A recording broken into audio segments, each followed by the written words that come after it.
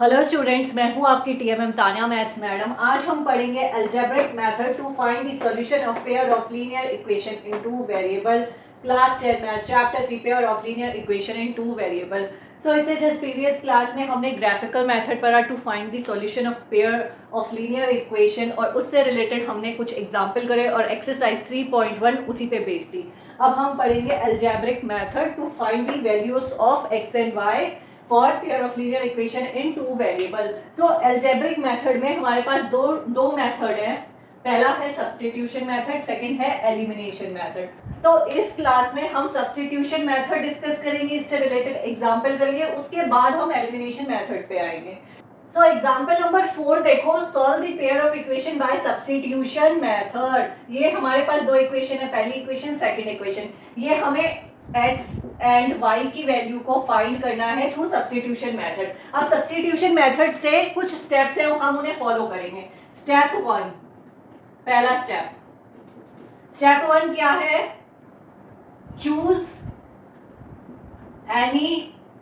Any equation and find the value of one variable in terms of other। ये देखो क्या कह रहा है, चूज एनी इक्वेशन। हमारे पास दो इक्वेशन है, इसमें से कोई भी एक इक्वेशन को चूज करो। तो मुझे इन दोनों में से ये वाली सिंप्लीफाइड इक्वेशन लग रही है, ये वाली थोड़ी कॉम्प्लेक्स लग रही है, ये सिंप्लीफाइड लग रही है, तो मैंने इस वाली इक्वेशन को ले लिया। यही बोल रहा है, choose any equation and find the value of one variable in terms of other variable. अब हमारे पास दो वेरिएबल है x और y। वो बोल रहा है वैल्यू निकालो एक वेरिएबल की in terms of other variable. तो x 2y को इधर लेकर जाएंगे तो क्या हो जाएगा 3 माइनस 2y। ये हो गई हमारी थर्ड इक्वेशन। अब step 2, substitute the value of x in equation 1।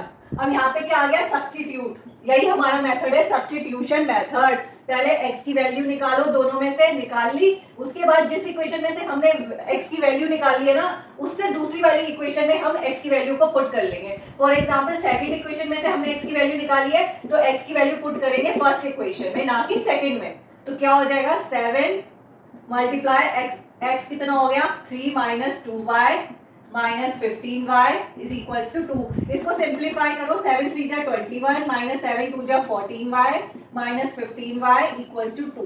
तो ये कितना हो गया 21 minus 5 4 9 29y is equal to 2 minus 29y is equal to 2 minus 21 minus 29y minus 19 cancel हो गया, माइनस से minus y is equal to 19 upon 29।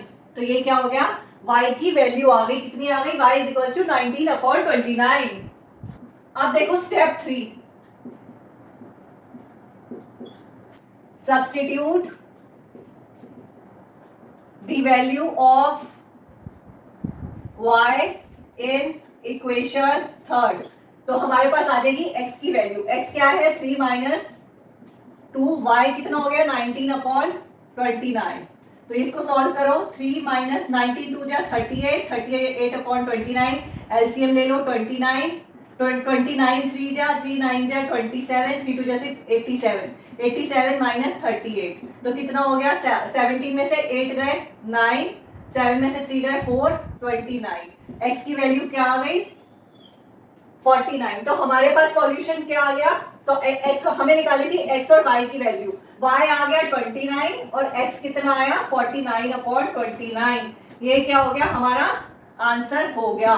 ठीक है, अब स्पेस की वजह से मैं इसको रब कर देती हूँ, आप ये नोट कर लो एक बार।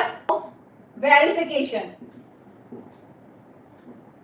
स्टेप 3 के बाद आता है वेरिफिकेशन। वेरिफिकेशन आप रफली कर सकते हो, आपको आंसर में नहीं लिखना है, आप रफ अपने चेक के लिए कर सकते हो कि आपने जो x और y की वैल्यू निकाली है वो सही है या नहीं। कैसे पता चलेगा, x और y की वैल्यू फर्स्ट इक्वेशन में पुट करो, put x and y in equation 1 में पुट करो, 7x, x कितना है 49 upon 29 minus 15 multiply 19/29 is equals to 2।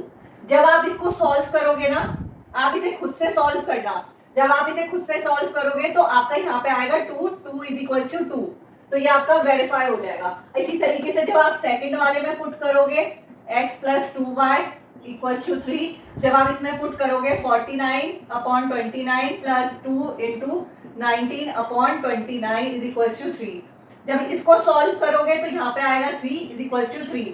जब ये इक्वल आ जाएगा ना, तो इसका मतलब आपकी x और y की वैल्यू जो है वो करेक्ट है। ये आप करके देखना खुद से, इसको सॉल्व करना और देखना 2 आ रहा है, इसको सॉल्व करना देखना 3 आ रहा है। अगर ये आ रहा है ना, तो मतलब x और y की जो वैल्यू आपने निकाली है वो एकदम करेक्ट है।